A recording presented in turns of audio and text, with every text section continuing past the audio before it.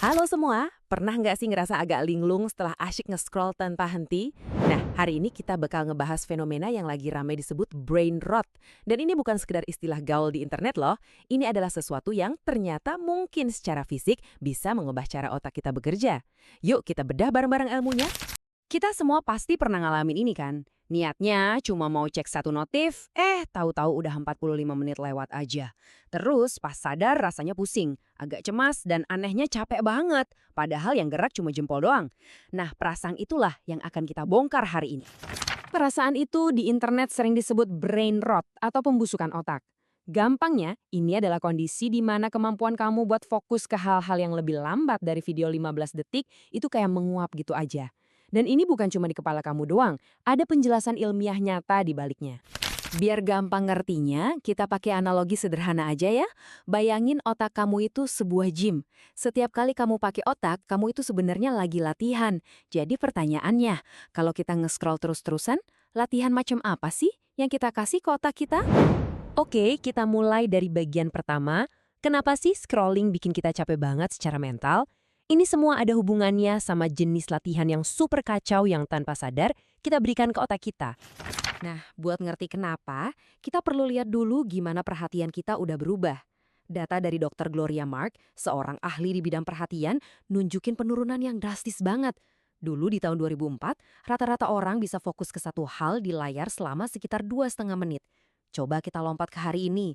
Angkanya anjlok jadi cuma 47 detik. Iya beneran, nggak sampai semenit. Itulah waktu rata-rata yang kita habiskan buat satu tugas di layar sebelum pindah ke hal lain. Ini perubahan yang luar biasa besar dalam cara otak kita beroperasi. Dan ini dia alasannya. Setiap kali kamu scroll ke video baru, dari resep masakan, terus ke berita politik, terus ke video kucing lucu, otak kamu harus bayar yang namanya biaya beralih. Ini tuh kayak kamu lagi di gym, terus ngelakuin satu kali angkat beban, terus langsung lari sprint, habis itu lompat tali, tanpa istirahat sama sekali. Latihan yang super kacau ini ngabisin energi mental kamu, dan akhirnya bikin kamu ngerasa terkuras. Oke, jadi kalau latihan ini emang secapek itu, kenapa kita nggak bisa berhenti? Nah, ini yang membawa kita ke bagian kedua. Ini bukan lagi soal energi, tapi soal kimia otak dan jebakan adiktif yang kita masuki. Dr. Anna Lemke dari Stanford punya analogi yang ngena banget. Dopamin itu sering disebut molekul rasa seneng, dan ponsel kita adalah mesin yang super efisien buat ngasih kita itu. Konten-konten brain rot ini dirancang khusus untuk membanjiri otak kita dengan dopamin. Gini cara kerjanya. Algoritma media sosial itu dirancang persis kayak mesin slot. Para psikolog nyebutnya jadwal rasio variabel. Kamu terus aja narik tuas, atau dalam hal ini, nge-swipe ke atas, karena video berikutnya, siapa tahu kan, bisa jadi yang paling seru atau lucu yang pernah kamu lihat. Nah, ketidakpastian hadiah inilah yang ngelepasin dopamin dalam jumlah besar dan bikin kamu ketagihan. Coba deh pikirin kayak gini.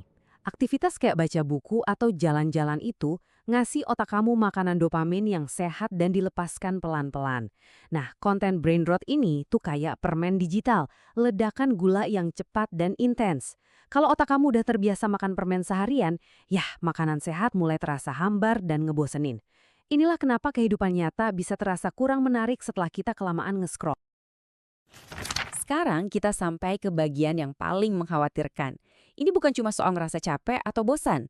Ternyata ada bukti yang nunjukin kalau kebiasaan ini mungkin secara fisik mengubah struktur otak kita. Jadi di dalam otak kita ada area yang namanya korteks singulat anterior atau ACC.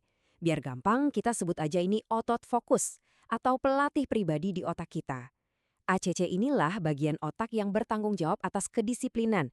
Ini adalah suara di kepala kamu yang bilang, udah cukup, taruh HP-nya dan balik kerja.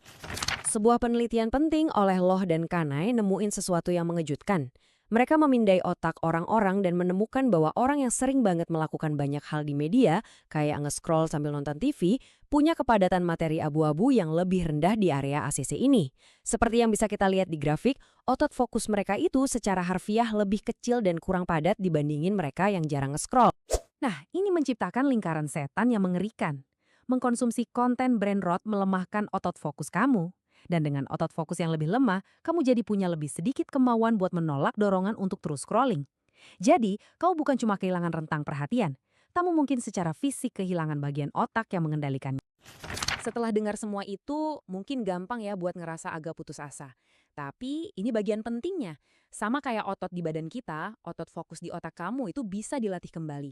Ini nggak permanen kok. Jadi, ayo kita rangkum serangannya.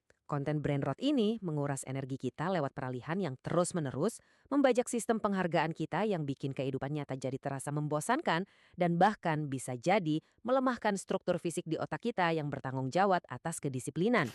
Tapi, ini dia kabar baik yang didukung oleh sains. Otak kita itu sifatnya neuroplastis. Artinya otak itu nggak kaku, otak bisa berubah, beradaptasi, dan membangun kembali koneksi-koneksinya, tergantung gimana kita menggunakannya.